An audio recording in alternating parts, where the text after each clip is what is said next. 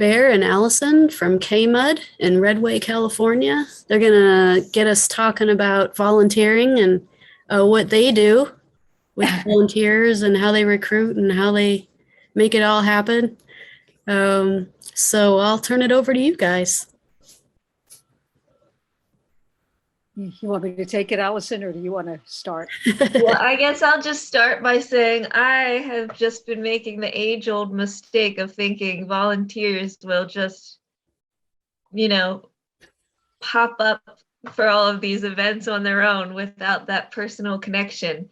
And of course, there's some that do, right? There's always those ones that are like, what events can I get involved in? I'm ready, because as a station at KMUD, we're starting to get back into getting tables and live broadcast back at events this summer after having not done it for a few years. So, it's kind of bringing people back into that event space.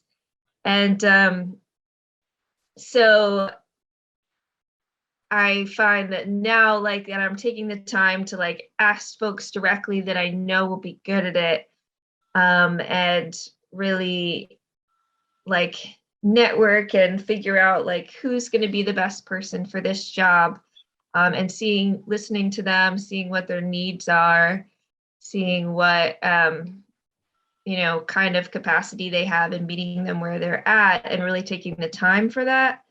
Making sure I have time for that in my schedule, which can be the struggle too, right?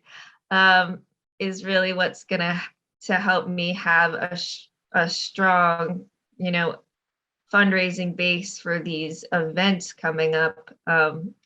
So that's my first admission, is changing my tactics moving forward is gonna be so crucial. Yeah, that's one of the number one things I think is personally asking people to do things.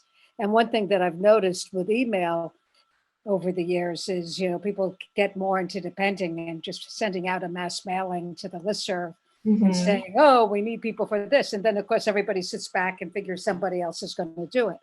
Yeah. Or the other thing, I met, I guess it was at one of our last, before COVID, one of our last on-air drives. And there was a woman who was a retired school teacher who came in to answer phones. And she came in just because she'd been listening to KMUD and she loved KMUD and she wanted to help KMUD out. No one knew who she was. But and she came in a bunch, like 2 or 3, 4 days during the drive. And I would talk to her. And she would ask me these really deep questions about how KMUD functioned. And I immediately thought, oh, board member material. And I, tried to recruit her right then, and she had health issues and things happening. She couldn't do it. And then this past spring, the very last day for our nominations for our member rep, I thought, oh my God, Margie. I totally forgot about her. And we'd been running it, she listened to the radio. She was hearing the announcements saying, we're looking for a member rep. But it wasn't until I called her that she went, oh, me, of course I could do that. So that just kind of spoke to that personal ask. And at this point, she's been on the board for 2 months. And to me, she's just standing out.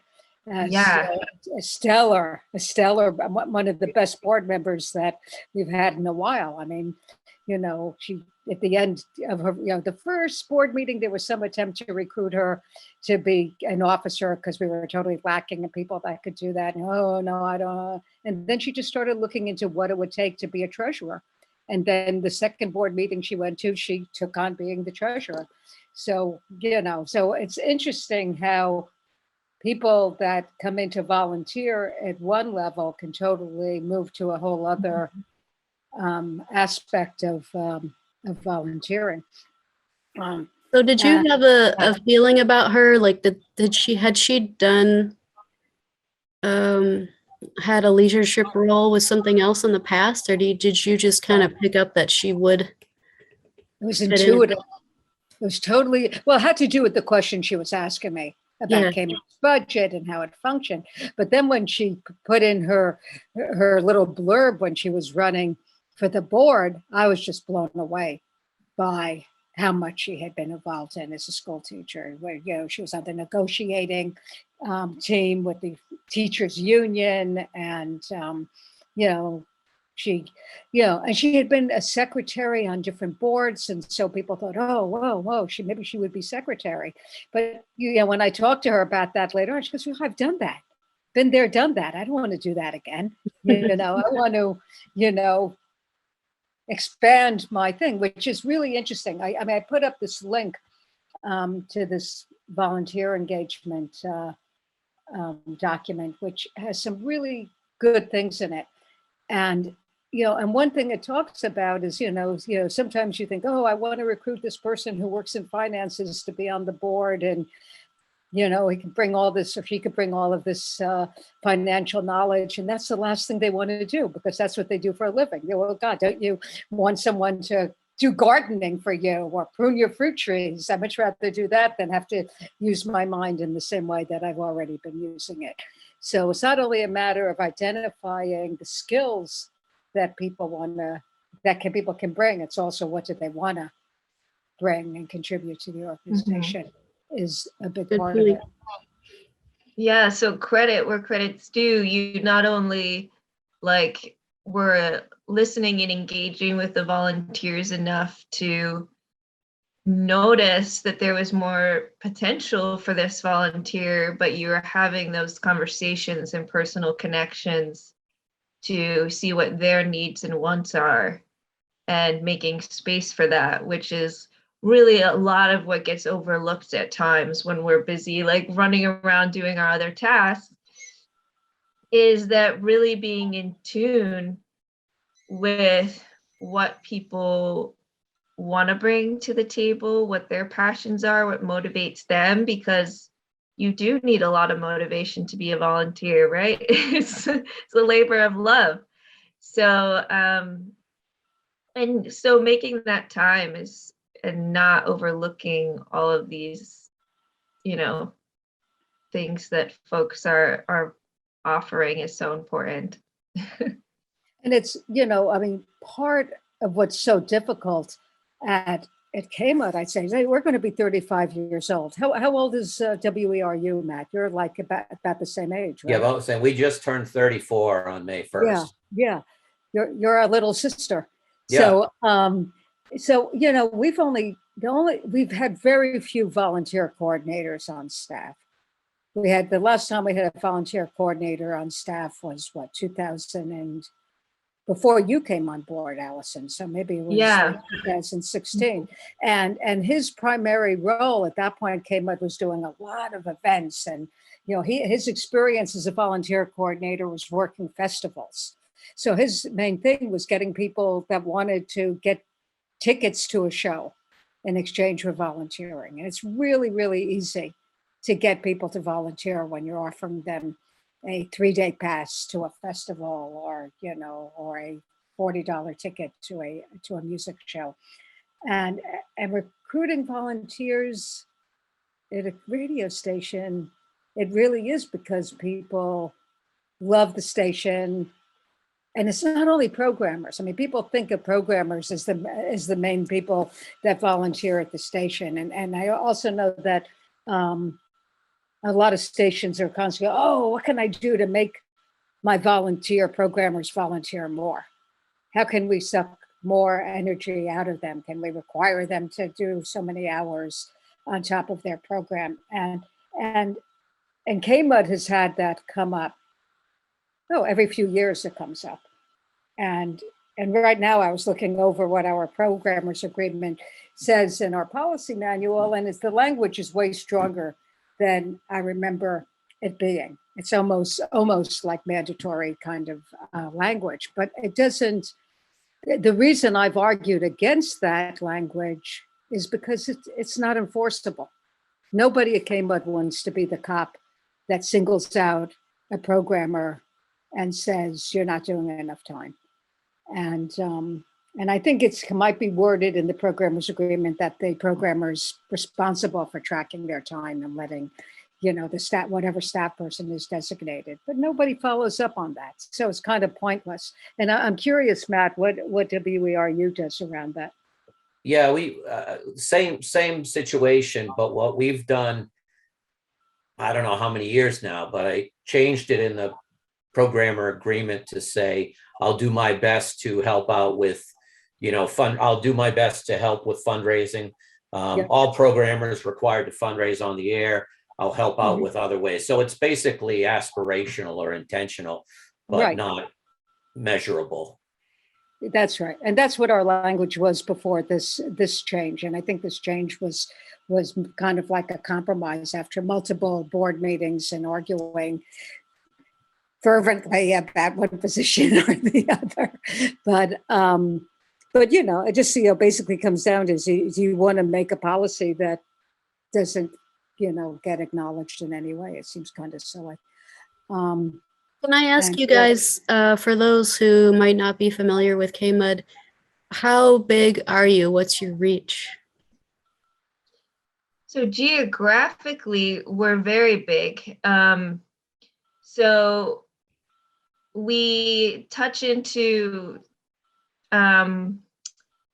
is it 3 different counties, Behr? So we're Humboldt, Mendocino, Trinity, and we're just short of Del Norte. But so geographically, we're huge, but this is a rural community.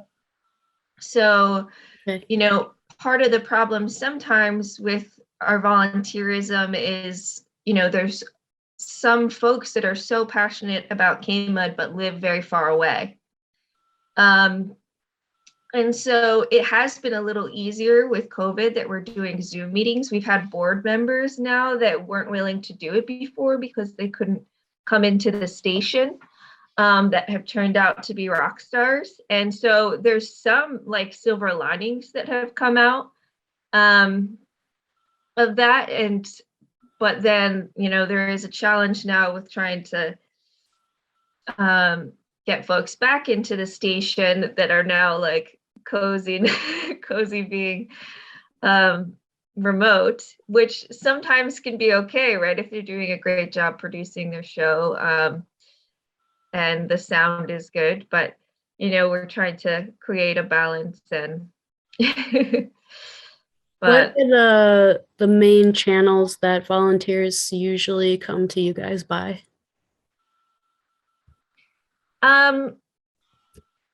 So a lot of it is,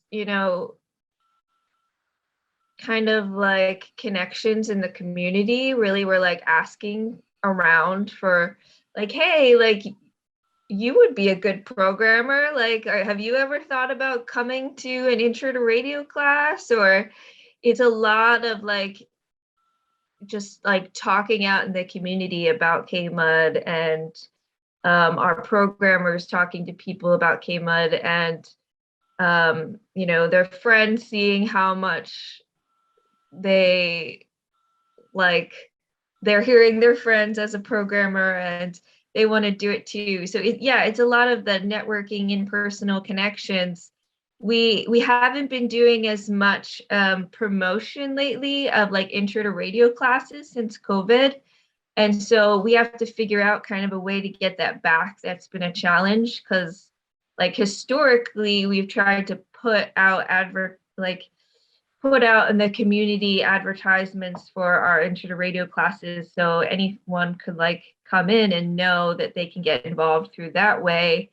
But I think getting to know our listeners has been something that has helped us, and that can be a challenge. But like when we have folks, calling in to donate, we have an option like, are you interested in volunteering? And then when we're like tabling in that area, we can call them and be like, hey, like, are you interested in helping us out? You did say like you were interested in volunteering. So kind of like following up. And that's one of the things that can be a challenge And I was doing that when I was working in development membership position in 2018. But now we're kind of kicking off some rust from the pandemic and starting to think, how can we make time for that again, to just identify like, oh, we have like, a passionate listener that lives in this one area that we're going to be going out to and tabling in the community at an event. Like, let's ask them if they can come and join. And it's really exciting to engage people in that way because they feel more a part of the organization, right? So maybe they were just a listener before that, but now they can do something that makes them feel a part of the community, even if they're not like right in town near the station, because we're such a big area that's kind of like even more important is to like reach out and go out to all of these different communities and try to make a presence more locally to them. Yeah, we Well, have, I want to say, especially with gas prices being up over $6 a gallon right now, it's kind of really hard for people that live further away. I mean, yeah, absolutely. it's hard. I mean, one of, even if you live in southern Humboldt County, you could still live an hour from the station, out on a dirt road, and it's really hard. We have a listener who lives probably about 65 miles north of the station, and we first connected with him because he was such a big contributor to KMUD. He would call in. Not only would contribute a lot of money, he would also call in and talk to different programmers about how much he loved their shows. Probably, what did we say? Dan must be in his 70s, probably, something like that, right? Definitely retired, lives by himself. And he came down to the station. The first time we met him in person was he volunteered to answer phones during the drive. And that's a lot of, I think, how we make connections with people in the communities in that personal way, when they take that leap and just say, oh yeah, I could do that. I'll come down and do that. But yeah, at this point, I feel like people at the station have a personal relationship with him. I mean, during this last drive, he stayed in a hotel overnight so he could come in 2 days in a row to answer phones. Our news director interviewed him after the news one night just about why he supports KMUD, which is pretty great. And during one of our, I think it was Thanksgiving Day, there was a KMUD trivia show where one of the programmer put together KMUD trivia questions. He must have called in half a dozen times during that show because he just, could win because he listens to the station so much. And so you really get a sense of how important the station is to people that are listeners and or just, have one foot in there being a volunteer. That's really cool. It's very cool. It's very, very cool. And I mean, WARU probably has similar things too, because you're in a pretty rural area also, right? Yeah, all the things that you're saying are true for us too. Yeah. It takes the kind of, if you drive from the station, you can drive for, it's not as big as you guys. You drive for about an hour and a half in either direction before you hit the edge of the signal area. And it's, it's about 100 miles circumference, diameter. Yeah. Right along the coast, and half of our signal goes out to sea. So there's islands out there, but it's really half a circle. Right. Thing. But we have the same, everything that you're saying is true for us too. One thing that we've done in terms of Allison, I heard you say that we haven't been as proactive in offering the class or marketing the class or whatever. Same thing here. And what we started doing was the first new volunteer who got trained during the pandemic is we had just when we started opening the studio on a limited basis, we had one of our programmers on a prominent show leave, and it had a team. So we needed someone that I knew would be perfect for it. And I recruited her. And we did one-on-one training instead of a class. And we've just stayed with the one-on-one training since then.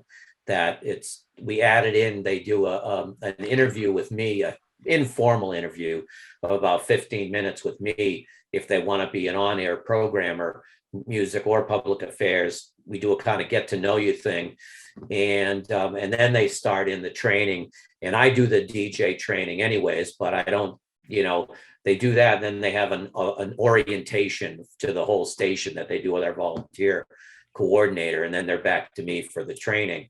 But we found that, and it's interesting, I had been saying for a while that we need to personalize the training a little bit more.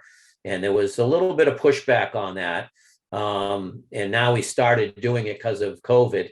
And I think it's really stuck, takes more time, but I think it's it's worth it. It makes people feel like they belong more and are connected more. And I think we've so far gotten better trained and better prepared people doing it that way. So, Yeah, but it is more time consuming. Yeah. totally. Marie, did you have a question/comment? Yeah, when you were talking about recruiting, I wanted to know if you have ever or do now go to farmers market or some particular things and table just for yourselves. Yes, actually, Behr and I were just talking about this morning. Yeah, we're trying to get into the local farmers markets, and we have, because we're, coming out of being more isolated, we feel like a big value in being a presence at these events and out in the community. We do feel like, folks value us, seeing us out there and being involved. And like I said before, it's a great way for us to get our listeners involved if they're willing to table, and so identifying listeners that are nearby these events that might want to hop over to our table and, and help us distribute information or sell merchandise, whatever we're looking at. It has been really useful. So yeah, farmers markets are a great community event for, to just have a presence and be like, we're here, we're a part of this community. We care about our local farmers. And Yeah, I do want to go back to, what Behr was saying when we had our listener volunteer get interviewed on the air. I thought that was so great because, such a big part of bringing in volunteers is also continuing to show them appreciation so that they continue to show up as a volunteer. And I thought, that was a really cool experience for him to be able to get interviewed on air. Not only was that great radio for a drive to hear him speak about why he loves KMUD and volunteers for KMUD, but it was kind of a cool thing for him to get that opportunity. So I think, just like it can be hard sometimes and easy to overlook things like that when you're really busy and you have so much going on, right? But we can't forget the importance of showing people appreciation. So having that be a really central and important component of your, volunteer strategy. It's kind of like with donors where you have to think about like, how are we going to steward them and, keep this relationship alive? Like, we have to think about that for volunteers also. It's not just about, how do we, keep these these donors donating, and yeah, so just laying that out in your strategy, like how do we have an organization gonna show our appreciation for all of these volunteers is so valuable and should never be, overlooked. Right on. I've got to check out for a 5 o'clock thing that I have to get to. So it's great to see everyone. Good I to see think you this is, too, Matt. it's Thank you for great coming, Matt. It was conversation. good to see you too. Yeah, Nice yeah. to meet you, Matt. Nice to meet you too. So take care, everyone. Yeah. Have a thanks good for one. coming. Later. Take care, Matt. I see Heather has joined us too. How are you doing, Heather, in Atlanta? Yes, I'm good, thanks. I'm sorry I'm late, but Oh, I, that's I enjoyed hearing what I heard. Do you have anything you wouldn't want to add, Heather, or are you're just taking it all in? Oh, no, I just want to listen right now, thanks. That's cool. Yeah, what you guys said reminds me of when Mary Oishi was here with us a couple weeks ago and just talking about maintaining relationships with people and just how important that was. And Yeah. Right. Yeah. yeah, that seems like, I mean, it seems obvious, but it's also, I don't know, like you guys said, when you're running around doing all these tasks, it's maybe it's good to have reminders about that.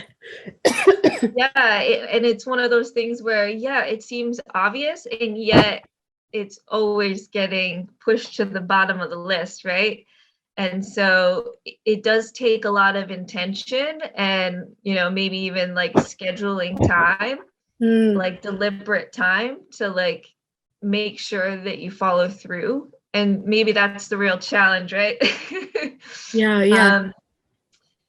Is scheduling that time, have it be like a very distinct part of your strategy of hitting your fundraising goals, but not just fundraising goals, but really just building community, because as community radio that's what it's about, right? What it's about. Yeah. Funny thing is a hassle. Yeah. It is about building community for sure. About how many volunteers do you guys usually, well, I guess like right pre-COVID and during COVID is kind of its own.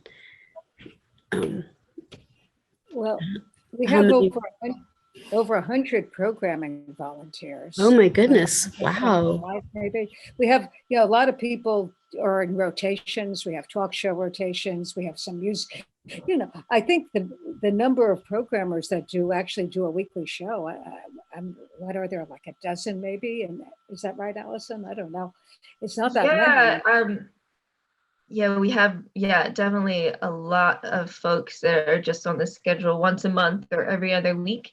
But yeah, it does allow us to have like a lot of diverse content in our talk shows. But yeah, I think like kind of to be determined on our event volunteers.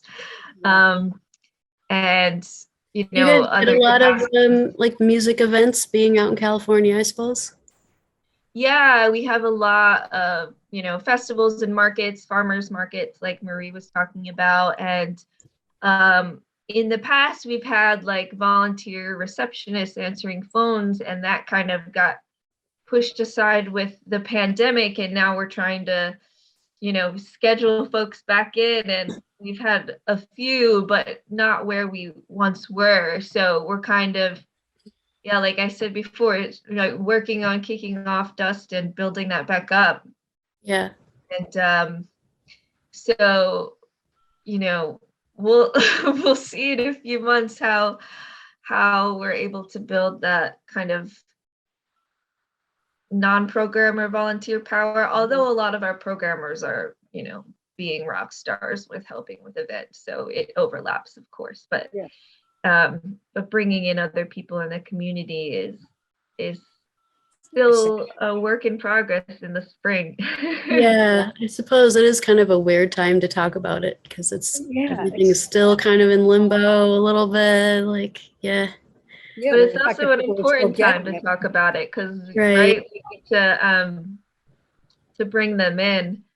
And so, yeah, like right now, it's been kind of a lot of let's network and, talk to people in the community and try to identify like who our passionate listeners are, whether they're interested in volunteering, following through on folks that say maybe like, oh yeah, I'd be interested in volunteering sometime, but then no one follows up.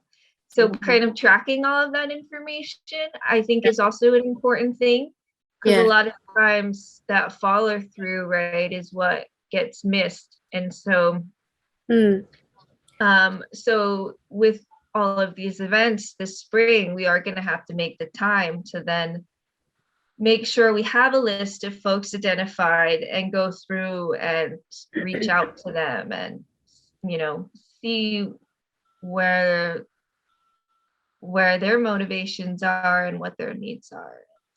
Make time for those connections. So Allison, I mean, how do we do that without a staff person that has volunteer coordination in their job description? Who's Right. gonna? And it's like, do we need a volunteer to coordinate the volunteers? Well, we have done that. We have. Yeah, and actually, a long You time have had ago, that in the past, you say?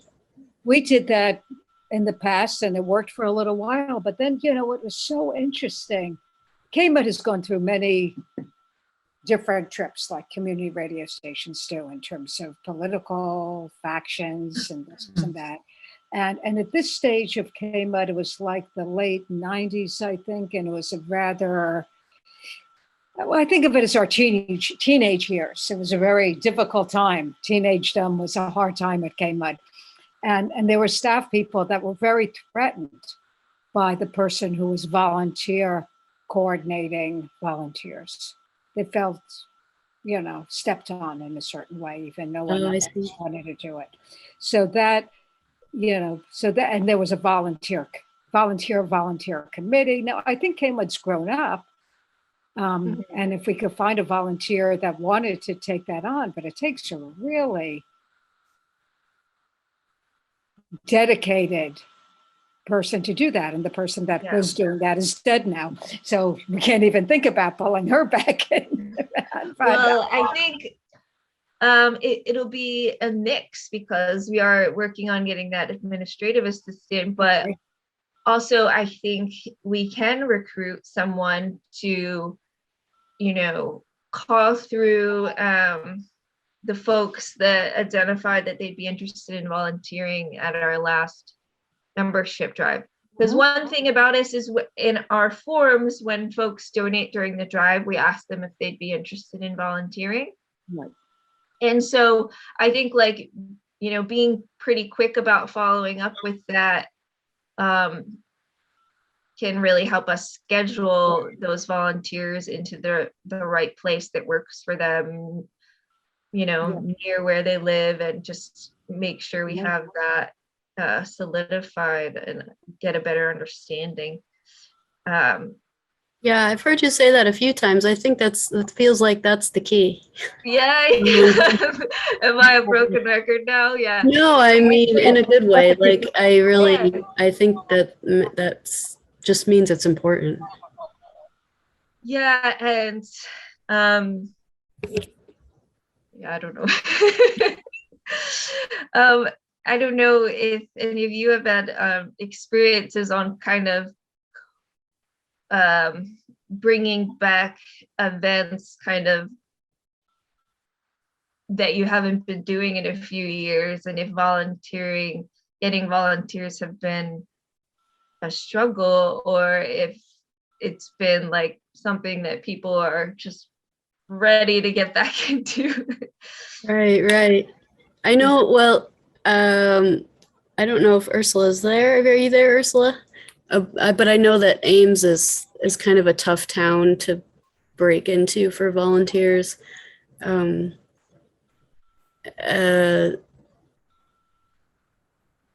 How many volunteers do KHOI have? Programmers and non-programmers? I think I would say maybe about 30. Okay. Yeah, but I mean, kind of, that's counting the programmers too. Yeah, right. Yeah. Yeah, I would say people that volunteer who don't have a show, I would say maybe 10. Right. Yeah. I'd say at KMUD's height, maybe it was 50. I'm just guessing that though. COVID definitely had a huge effect on Did it? volunteers who don't have shows coming in. And then also, I always felt that volunteers who weren't programmers were second-class citizens in some way at KMUD in terms of the lack of acknowledgement that Yeah, that they had. And that was always a huge problem. The program, even calling a programmers meeting and not including volunteers, and going, well, there's nothing that really will interest a volunteer about this meeting, and it's like bullshit because they could decide whether they're interested or not in the meeting. So things like that, and that was always it was interesting watching that over and over and over again at KMUD in terms of how volunteers who weren't programmers got treated. The other thing I want to say in terms of contacting people about volunteering, it's interesting when someone is hired to do that position, but they haven't been involved at the station. So they don't know who the players are. So, I remember when Kerry Morgan was hired, he was calling all kinds of people that had been volunteering before he ever, decades before he got involved, but he didn't have any idea who they were. So he was making these cold calls to people and people are like, "Ooh, who are you, dude?" I'm the person that's getting paid to recruit you now. Oh, well, I was doing it long before someone was getting recruited to do it. So it's a tricky thing in terms of all that stuff. It turns people off, it turns them on. But what you said, I think it's interesting what KHOI almost did, what we wanted to do anyway, was when we were going to move into a new building and we had it set up to be there was going to be a recording studio also, which would expand the meaning of the radio station and community, and that's something that we were hopeful would bring in more people. It didn't end up going that way, but I still think that I love hearing when stations have multiple facets going on, where they have classes at their place or a garden or do creative artists come and do stuff there. It really does become a community place. Yeah. It just seems like that just makes it a natural draw for volunteers. Yeah.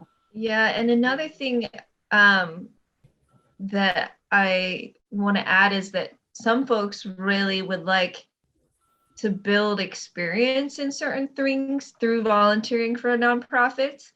And so, for example, if someone wants to get experience on managing social media or working on websites or painting a mural or whatever it might be, answering phones as a receptionist, kind of an added benefit is I can give you a professional reference and tell you you can get that experience. So there's some volunteers that are really looking for kind of getting some professional experience for their portfolios, for their resumes, and those people are really valuable to seek out as well. And they get something out of it, not only because they love the station or whatever nonprofit, but it serves their career goals in the long run. So I don't think that's an important thing not to forget about when you're bringing in volunteers, is letting them know hey, yeah. I'll give you a reference, you can build up some personal experience, like what do you want to do? What do you want to contribute? What do you need to add to your portfolio? We can be a good, place to partner with, and even, internships, and that sort of thing. And, since we're a rural community, it's important for us to identify like what volunteer tasks can be done, have to be done in the station. Like obviously, well, actually maybe not obviously programming, since we have some remote programmers, but like things like social media and our website and, making graphics and stuff can be something that folks that live further away but still care about the organization can contribute, and that's could be a really valuable experience for them. So Yeah. Yeah. I mean, that offering is that up. something that the plague has opened up as, Yeah. new ways to be a part of things. Yeah. That's cool. Yeah. Ursula. Yeah, I'm curious. I apologize. I got called away for a minute. So if I'm repeating a question, just tell me. But I'm really curious about the question of like the question of whether to have a structured entrance program or not. So like on one side, you have an orientation meeting that everybody's required to go to, and then some sort of procedure that they have to go to before they can get assigned to a volunteer task and, make a commitment and have certain requirements fulfilled. Or on the other side, you have somebody who just kind of, you bring in and have coffee with them and find out how they want to plug in. And then, or another side, you have like an apprenticeship program where somebody has kind of does an apprenticeship for a while before they're on their own in terms of doing something at the station. So I'm just kind of curious what your thoughts and experience on how much to structure somebody's entrance into being a volunteer, and what kind of requirements, what kind of, hurdles they have to leap over before they're considered a volunteer. Well, I think it kind of depends on the station at times. Like when I was working at KBU, we had a great volunteer coordinator, and she was able to do this great orientation and like, where the needs were, where kind of the orientation was like more solidified. Here at KMUD, we don't really like, especially coming out of COVID, we're not really kind of like back in the swing of like having these orientations. So it's been so far that we're just kind of having like personal conversations with people, and it's not so it's not like a structured program that they're getting through to then become a programmer. It's kind of been more lax, but I do see the value in that. And I think especially for, the bigger stations and stations that have the capacity to have like a volunteer coordinator, that is a really great great experience, and important to get on the same page with them with these for more formal orientations.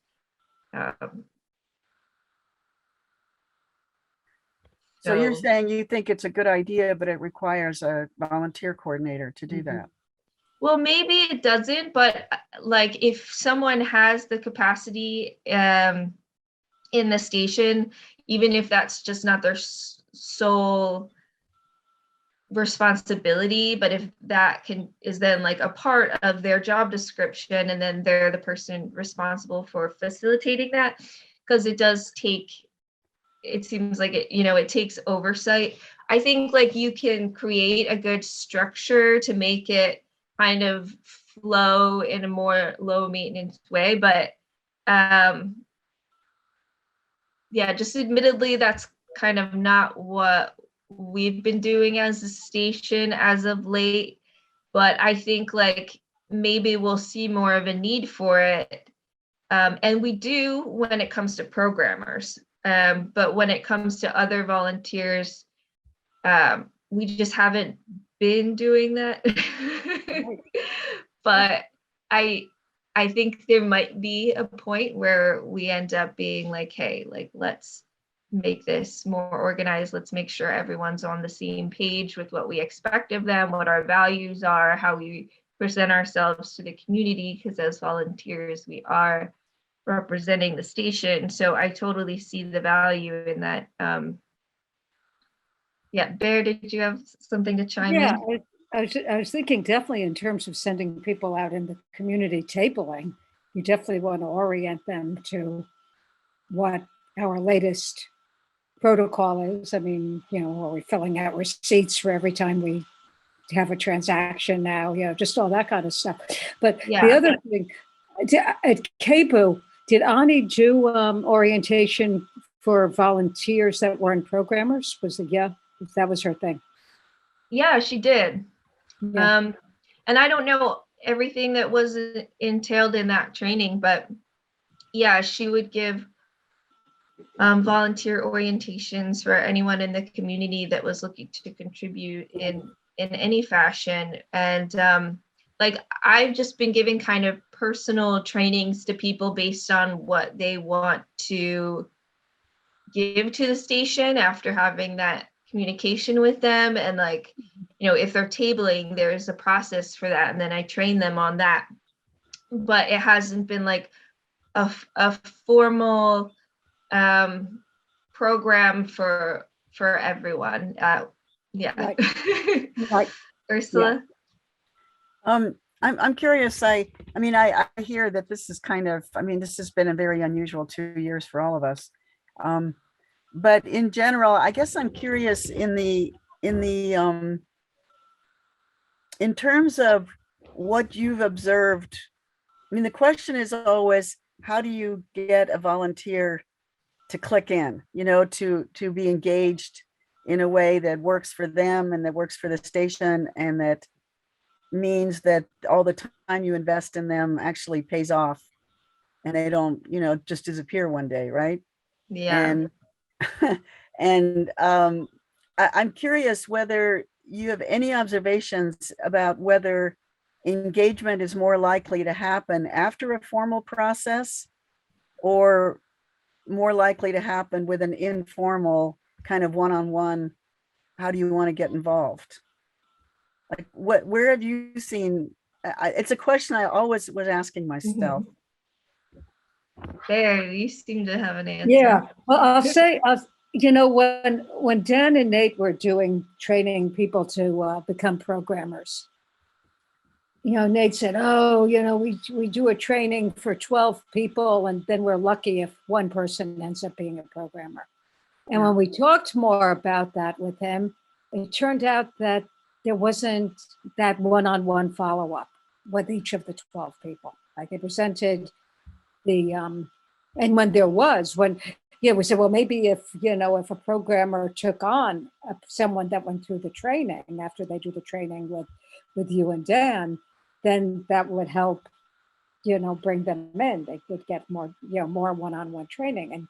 And when that happened, there's, like, you know, at this point, Ingrid and Camilo and Susan Pulsifer are 3 people that went through that mass training that ended up staying on. So I think, you know, a combination of the two is good, or primarily, you know, with COVID and everything, the one-on-one is really ideal. There's this guy, Kevin, is that his name? Kevin or Kenneth?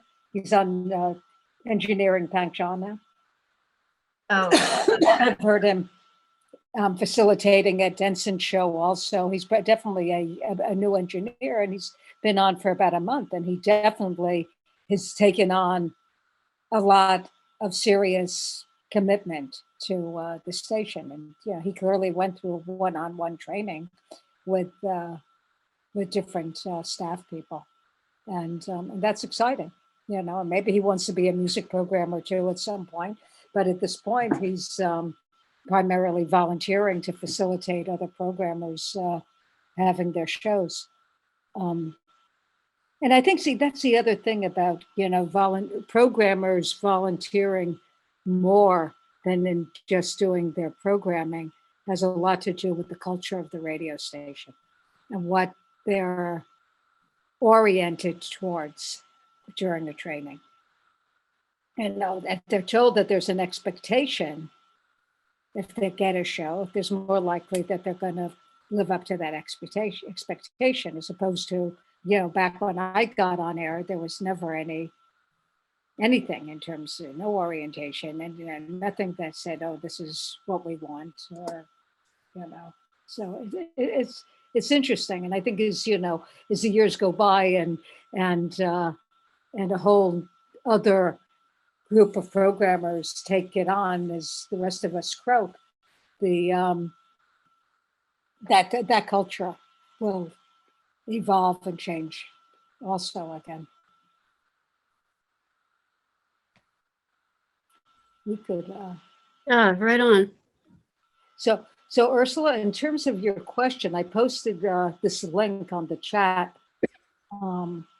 which is I saw that. Is that kind of what you guys base some of your thoughts on that document, or is that just something you came across that sounds good? Or this is it. So I don't remember who turned me onto this document back in 2018, but I read it back then and I thought, oh, this is so good that I printed it out even so I could have the hard copy to read and not. so for people who watch the video of this, they won't see the link. What's it called?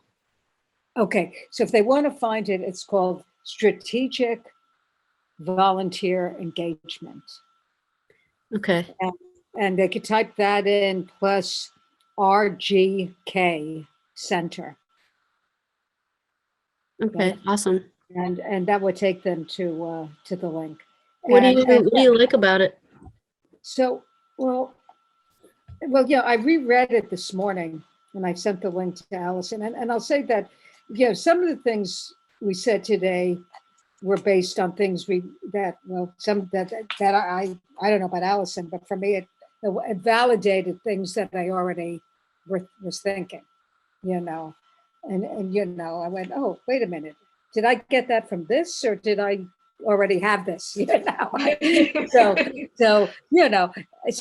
one thing, I mean, we touched on a few of the points, where, I think I said earlier, you might think you've got a great volunteer in financial matters because they work in finances, but they have no interest in doing that because that's their work. When they're volunteering, they want to do something else. The other thing that I think is really obvious that they stress is that you need to ask people. Getting volunteers is the same as getting people to give money. People don't give money if you don't ask.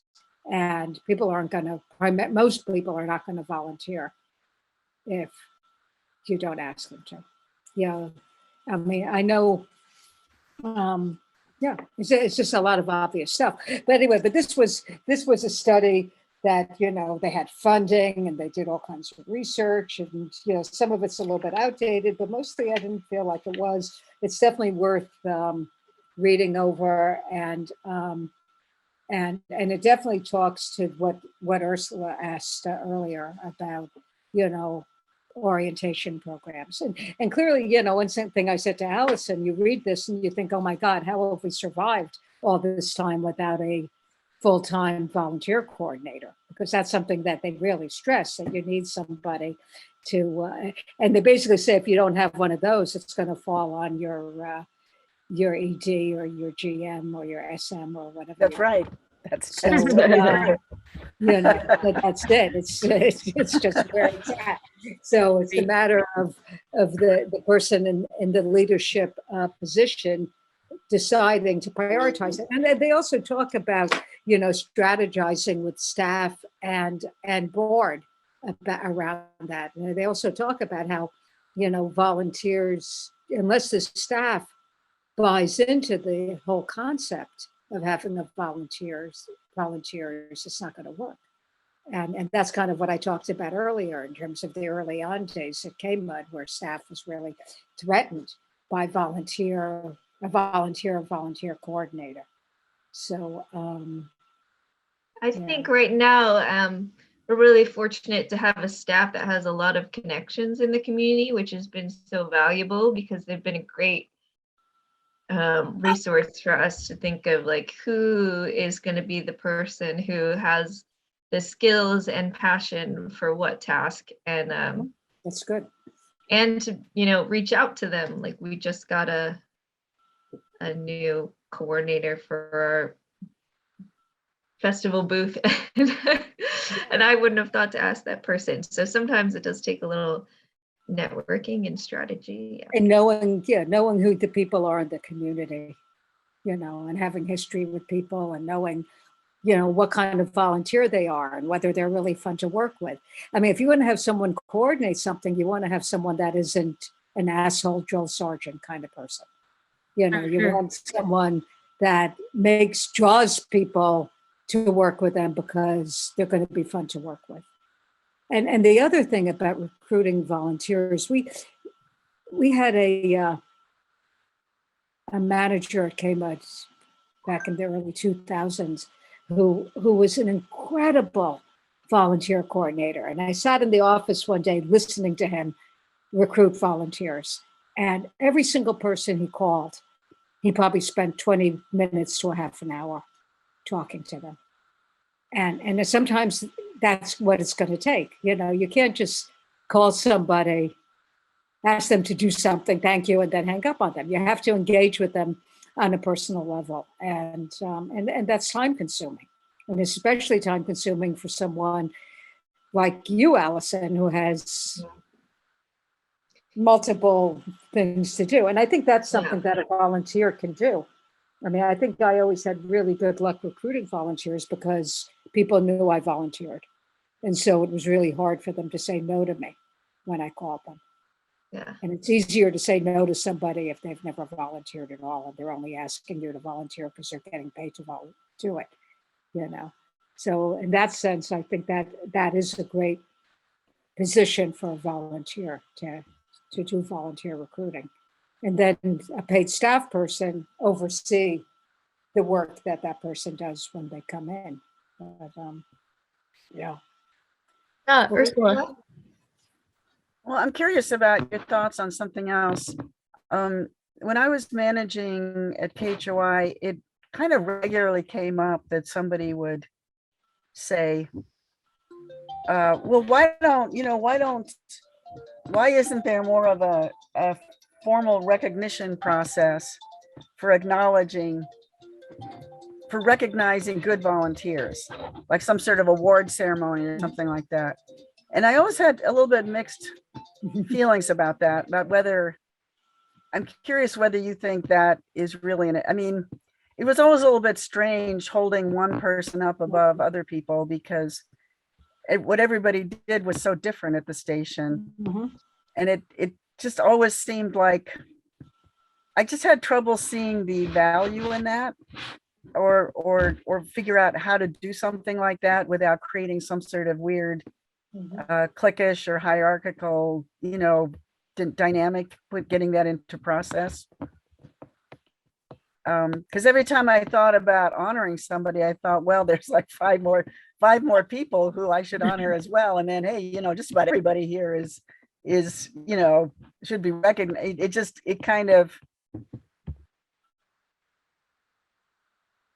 It seemed contrived to me. Mm-hmm. Well, one thing I will say is I worked for a nonprofit before where we did kind of a volunteer highlight in our newsletters that we put out like quarterly. And I feel like what that differentiated was like, we weren't saying like they're the best volunteer of the year, but it was like just kind of a focus where we could interview them and like get information out of them, like why they volunteer, what they get out of it. And, you know, sometimes we've even interviewed like crews of people that work together, like maybe like we're having a volunteer highlight of the crew of volunteers that worked at this live broadcast booth and kind of do an interview. And that, you know, I mean, that takes time. If to have a newsletter is time consuming. So it's, I understand it can be hard.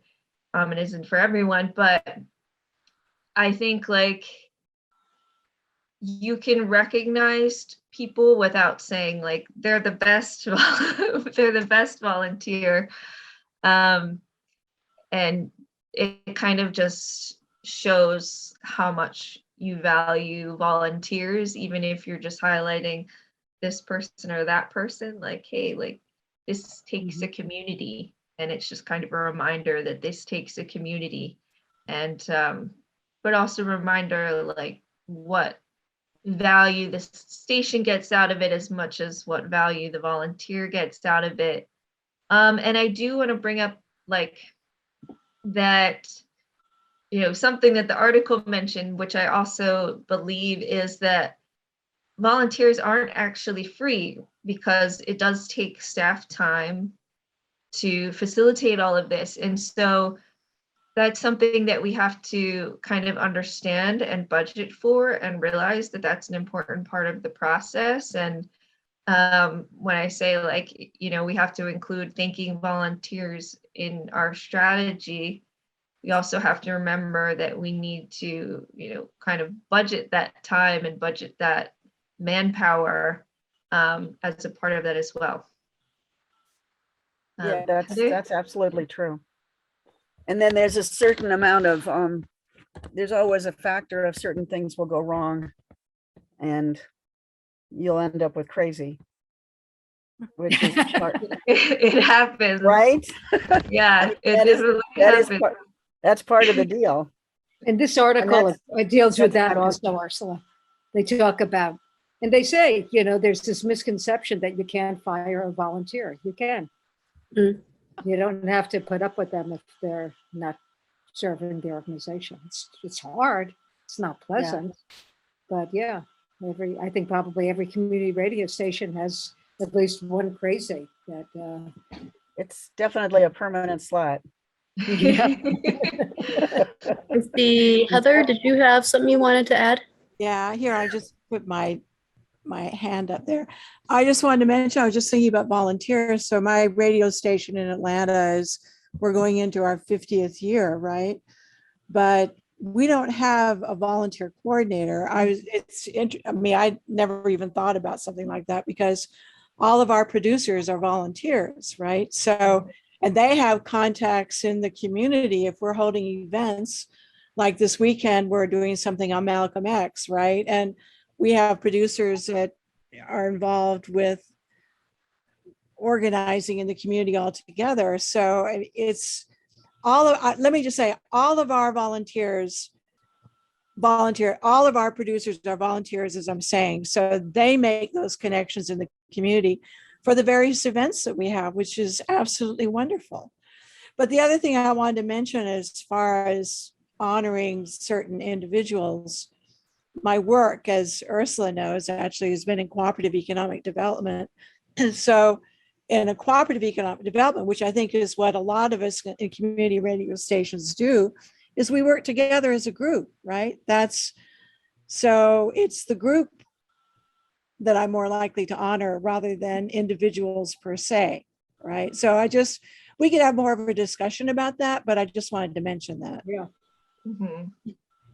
So one thing KMUD did before COVID hit was we would have a annual appreciation party that basically was to appreciate programmers, volunteers, community members, a broad underwriters. And some people thought it was just for programmers and volunteers, but the concept really was to honor the community and show appreciation to everyone. And then there would be, there would be an awards thing where different programmers were acknowledged and, volunteers were acknowledged. But that was something that some people thought was an important aspect of it, and other people kind of felt the same way as Ursula and I feel about that. It's kind of weird. It singles out individuals when there's so many other people that could get it. But I did appreciate that that we had a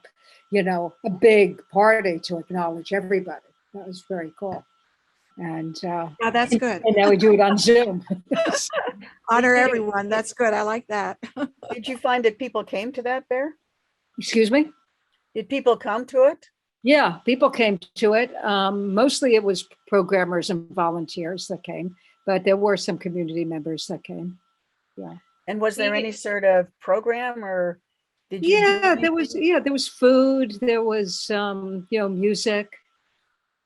One year or a couple years, we played a game. It was Oh yeah. Name Right. That Tune. Yeah. That was really fun. It was like different tables of people were guessing which song it was, and they Yeah. got into that. That was cool. Yeah, That sounds fun. the in-person appreciation parties were really great. It was harder to get people to transition to the Zoom appreciation party. That was kind of hard to get people on, but yeah, like I think like if you have a cool event where maybe some live music plays, it can be like a really fun experience for everyone. And I know one year we gave t-shirts to everyone, but we haven't had the capacity to do that every year. Yeah, But it is an opportunity too, where you could, think about a gift if you have the capacity for it, but really just like a community building event was really special. yeah. Well, Very cool. Well, you guys have some good approaches. I appreciate hearing about them. yeah, Yeah. we did a quick cram course on volunteering. It was great. So I great got a talking round to all table of in 2 hours. Better read up on how to do it.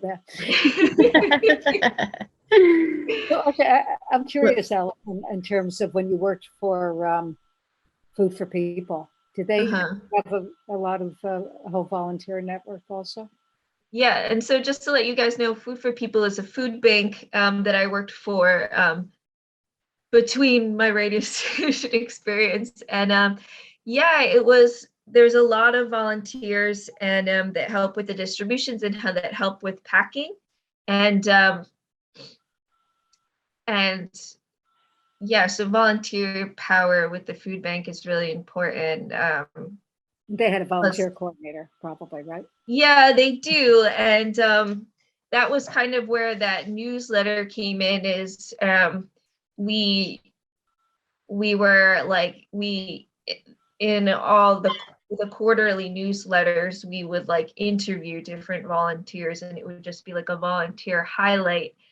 And it was kind of showing also our community, kind of the importance of our volunteer power, as well as, Cool. thanking that specific volunteer. But yeah, I thought that was always really cool content for us, and not just content, but like helped folks understand our value and everyone that goes into making it happen. Right. Yeah. We did a newsletter at Wheatsfield, the co-op I worked at, and they would take turns doing a highlight, a couple different employees each month, and I always loved reading those. You can always do more low maintenance now that we're all on social media too, is, posting, a photo of your different volunteers where you say a little about them. That's always really good content, or even just a little video of them talking. So it's not only good content, but yeah, it's the way to recognize and say thank you is. Yeah. It's a nice intimate way to do it without, like you said, Ursula, like pitting someone against someone else, or, Is there a sandwich from the cafe that? I don't know, in my world, giving somebody an award ceremony is basically a way of ending the relationship. Why do you say that, Ursula? Why do you say that? Well, maybe the ceremony for you is more just like a party for everyone. You don't need No, to. I've just include them. learned that giving somebody an award ceremony is probably the most effective way to fire somebody. That's right. I'm serious. That's true. Yeah, I'm I mean, serious. Yeah. So I mean, like, so yeah, it is. It's a civilized way to negotiate a difficult situation, and I've used it numerous times. I mean, I'm not kidding. It was always kind of a joke around KHY, like, watch out, don't let Ursula give you an award ceremony. It is an effective way to deal with a difficult situation with somebody. So that's really weird. like, so you have some, let me understand, you have a volunteer, I guess, who's really problematic. And so you have an award ceremony, like give them a gold watch as if they're heading out the door. I mean, how do you execute the exit after you're awarding them? Well, I think there's mean, something more it's to not be like personal. it's not like you spring it on somebody. But I mean, when you're at the point when it's kind of understood by everybody that it's time to end the relationship as it is, Mhm. that there's a lot of stuff, there's a lot of energy in the air, and a lot of that energy you don't want. Mhm. And I'm not saying, I mean, I'm being a little bit flippant about it. I would never hold an award ceremony disingenuously for somebody. I would not hold an award ceremony and lie about how I feel about them, because they would know that, and it would be hurtful. But with most people, it's not really a personal thing. It's just that, for whatever reason, I mean, a lot of people want to be fired too, a lot of That people, helps. and this is just a way of kind of giving them credit for what they've done, Mhm. if it can be done sincerely, and to also signal to everybody in the organization that we behave in a civilized fashion, that credit is given where credit's due. And it usually is the process that then settles all that energy that's flying around, so the person can leave without a whole lot of energy, about this, which is what you want. When you part company, you don't want all this energy flying around. It's not great for anybody, so it is a way of saying goodbye, in a dignified way. I think the only caveat is that it does have to be done honestly. It can't be a show of the organization at the expense of the person who's being shown the door. That's hurtful, and everybody knows that. Right. Yeah. Hmm. But in most cases, it's not, that's not the case. In most cases, there is a real need and desire to take stock of what somebody has contributed. Yeah. Marie. Do any of you pay your producer hosts? You want any dessert? I didn't hear that. No, we don't. never did. Well, we did have one reporter who we paid $10 a year because she had to be an official employee to get into the Iowa State Capitol. Yeah, some of our stringers will get paid per story for our news broadcast, but that's not any of our other programmers. Or when people come to us who want to be an on-air host or a producer host, we tell them that we are a volunteer. Mhm. And when we mention helping out behind the scenes, because again, as an all volunteer run station, it takes a lot on the administrative side to keep the station going. And that includes, of course, going out in the public and recruiting and marketing the station. So there's been pushback on that, and we haven't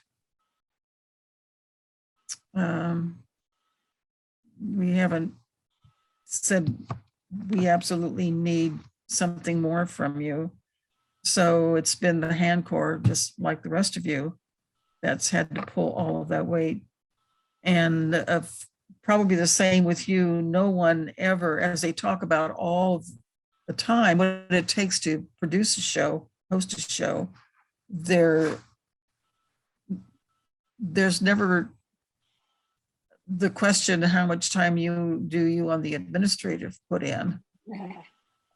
There's no acknowledgement that anyone puts in time other than they. Yeah.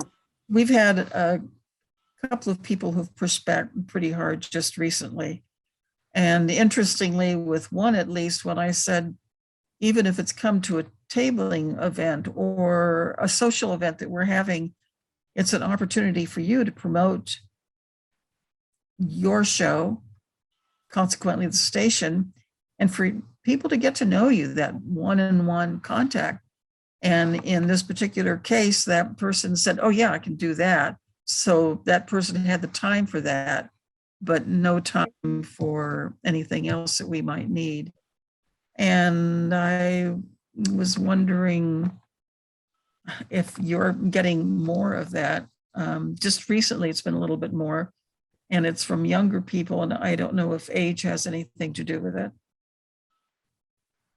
I do think like sometimes we do give like a stipend when it's like we're asking someone to coordinate an event and it's a lot of work.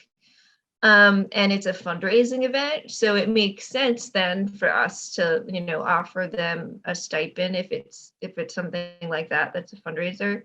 I mean, we have staff that work on, helping with some of the producing and some of the, behind the scenes stuff that goes into producing shows, especially with the pandemic and a lot of people going remote. We've had to be a really big, staff support with producing shows because not everyone was in a place to do that.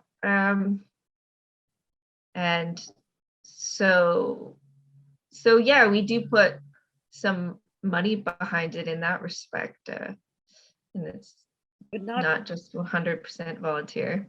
right. But we definitely don't pay people for producing a talk show. Yeah, no. We don't You pay have a people for paid producing a news music director though, right? Yes. Excuse me. Beg your Yeah. pardon? Yeah, Oh, we have staff people that get, paid, but, Yeah. Our news director is on staff and our stringers get paid a small amount per story. So for our news broadcast that is that's paid on some respect. I mean, our stringers don't get paid as much as if we paid them hourly, but they do get a little bit of something for providing that content, but not with our talk shows. That is all volunteer, but the staff supports them in whatever way we can. So. and, our talk shows also, besides having the hosts and with COVID, most of the talk show, only a few of them have come back into the station, I think, right? Most of our talk show hosts are operating remotely. It takes a volunteer engineer at the station whether they're remote or not, to get their show over the air. So there is a lot of volunteer time that goes into producing the talk shows. So at your station, Marie, does the producer of the talk show engineer their own show, or do they have an engineer? No, our volunteer chief engineer has set up our studio so that the producer can engineer the show. Good. Yeah. Know what kind of technology he's done. But I'm doing the Zoom hosting for several shows, and in some cases unwillingly doing some of the editing. I help as much as I can. Mm-hmm. Yeah. I don't know if I come from a different generation or what it is. I love what I do. I love the radio, and it's the progressive stance of this station that has brought me in as a volunteer. And I personally don't care for any awards for myself, because I do it for the love of the progressive point of view. And I grew up in a family that was very poor, probably the same situation for the rest of you during World War II. And it was the organizations, activist organizations that my folks belonged in. It was all altruistic. It was, sorry. It was for what we believed in. And there was never any discussion about receiving any kind of money. And as a matter of fact, we looked to one another to somehow find another way of contributing some dollars when it was necessary for whatever activist thing we were going to do. And we had people who had escaped from Nazi-controlled countries who were part of the friends that we had. So this is not something that I'm familiar with. Right. Yeah, I will say, I think that there's been like one reason, I think, for kind of like an age change maybe in like wanting to get paid for things is student loan debt, I think, has really made like a mental impact on a lot of people. And I mean, I can speak for that as someone who's in $65,000 of student loan debt, is like this weight that kind of sits on you of being in that much debt can kind of impact your kind of capacity to volunteer. And as much as, and like, it's, you know, I don't know, like we all want to volunteer a ton of time, but I do think it has had kind of like an impact on folks like internally to be in so much debt. And I can't speak for what, you know, folks' reasons were for wanting to get paid or a stipend or whatever it may be. But I do think that that has created a big change in people, especially in the millennial generation, of what they have the capacity for. Yeah, that makes sense too.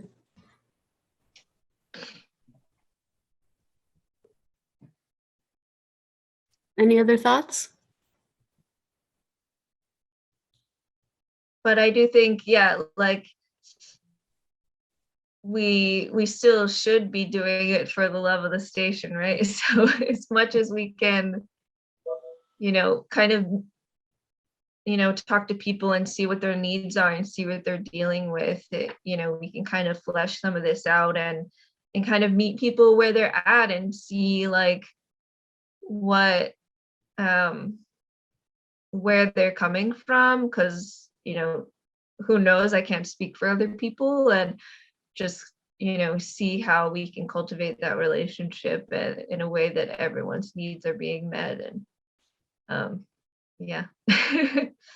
Well, I come from a background of being a painter, and I've been in several situations where, studio space was shared, where there was a place where we were all sharing the space. And the ethic was always that if you are here using the studio, you also contribute to maintaining the studio. Yeah. That's part of having a studio. And that's a little bit of a different way of thinking about the studio at this radio station than I'm a volunteer, and this is my volunteer work too. When I come and do my show, that's my volunteer work. Mhm. It's a different way of thinking than that. It's, we're sharing a studio here and we're all contributing to keeping it going. Yeah, and I do also want to add, like, I also want to say that, like, we do need to treat it like a privilege, right? Like, it's a privilege to get to be a DJ and a programmer. So it can be kind of a tricky balance, because it's a privilege where we do want you to still donate and volunteer, and recognize that it's expensive to keep this station running, and It is a privilege, but in my experience, majority of the people will try to maneuver you into a position of giving them something that's beneficial for them. That you are basically providing them for what they want. That most people will just try to maneuver you there. And it's difficult. I found it very difficult as a manager. People can be incredibly unfair. And not really realize that they're being unfair. Mhm. I remember there was we had one DJ who never did any volunteer work at all. He'd come into his show and he eventually got a job with public radio that way.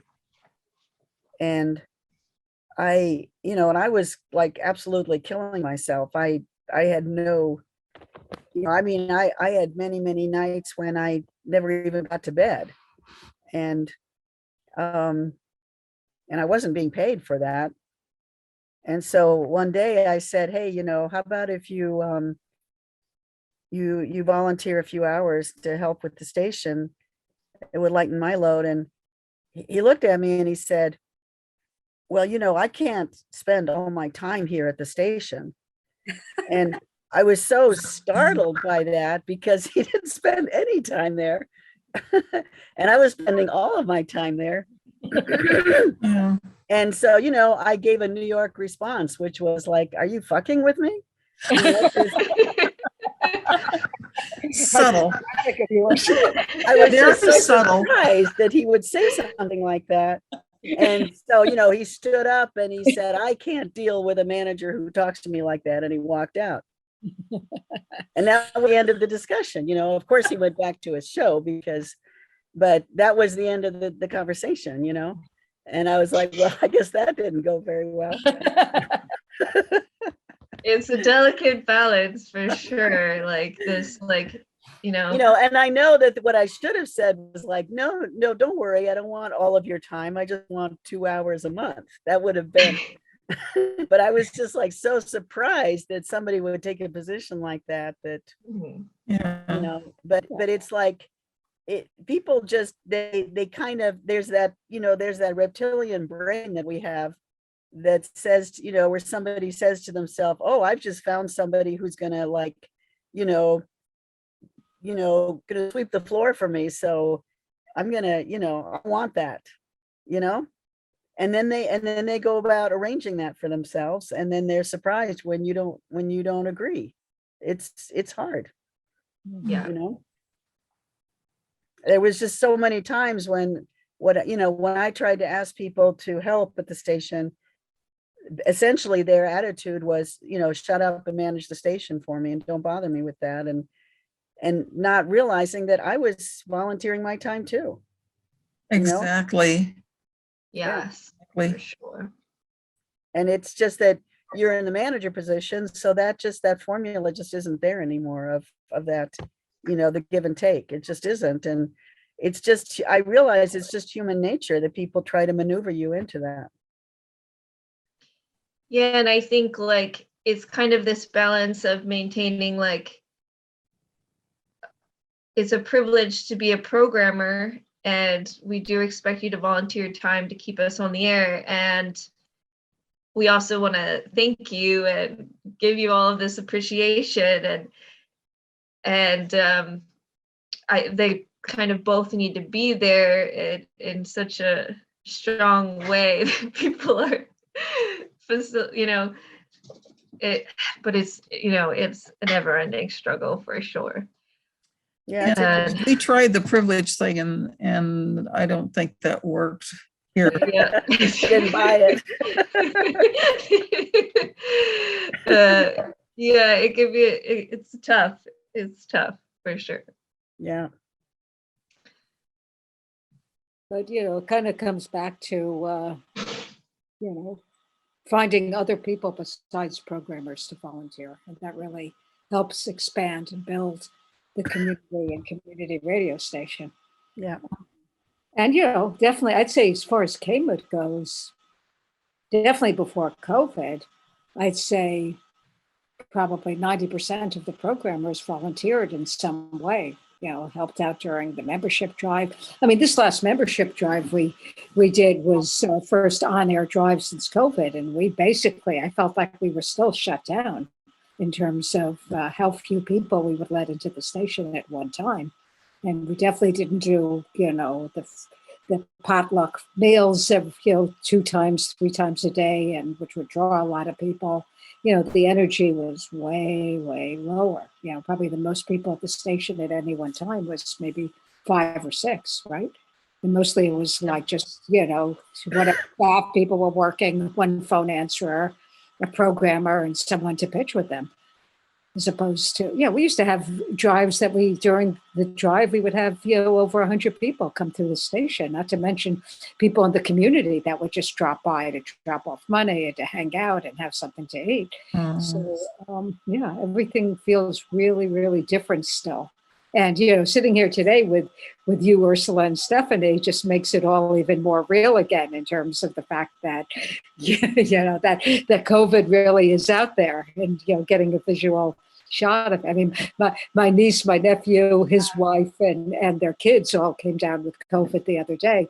And, and I'm hearing, oh, they're okay. Everyone's, no one's really that sick. But, looking at you two, I can see, well, it definitely can kick your butt, So, yeah. Still there. Yeah. Yeah. So anyway, should Well, we? yeah. Any other thoughts you guys want to? This was a great discussion. Any other thoughts you guys want to round it out with, or? Okay. Yeah, I just want to say thank you to both of you. It's it's great as always to see you, Behr, and it's great, Allison, to kind of get to know you a little bit better. These roundtables, a lot of people can't make it when they're happening in real time, but we get a lot of feedback all the time that people watch these afterwards when they can. So you really are talking to a much bigger audience than those of us that are here. And Sure. although thank you, Marie and Heather, for being here, because it's great to have you with us. But it always, it's always easy to forget that a lot of people really benefit from this. So really appreciate it. Yeah, I want to second that too. Thank you, Allison and Bear, for getting us started today and sharing your perspective.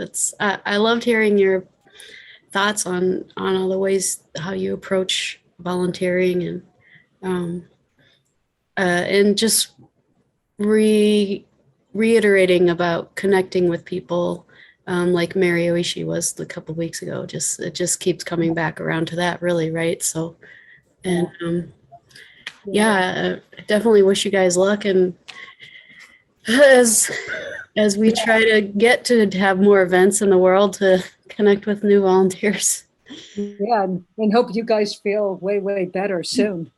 Thanks, yeah. Thanks. So Yeah. much for having us. Yeah. So Yeah. grateful. Thank you, everybody, for coming. Heather and Marie, too. Yeah, Thank thanks, you. everyone. Thank you. Really I've made my notes from the meeting, so thank you very much. It's great. Thanks. Glad. Well, everyone have a good rest of your day. Yeah, you too. Take care.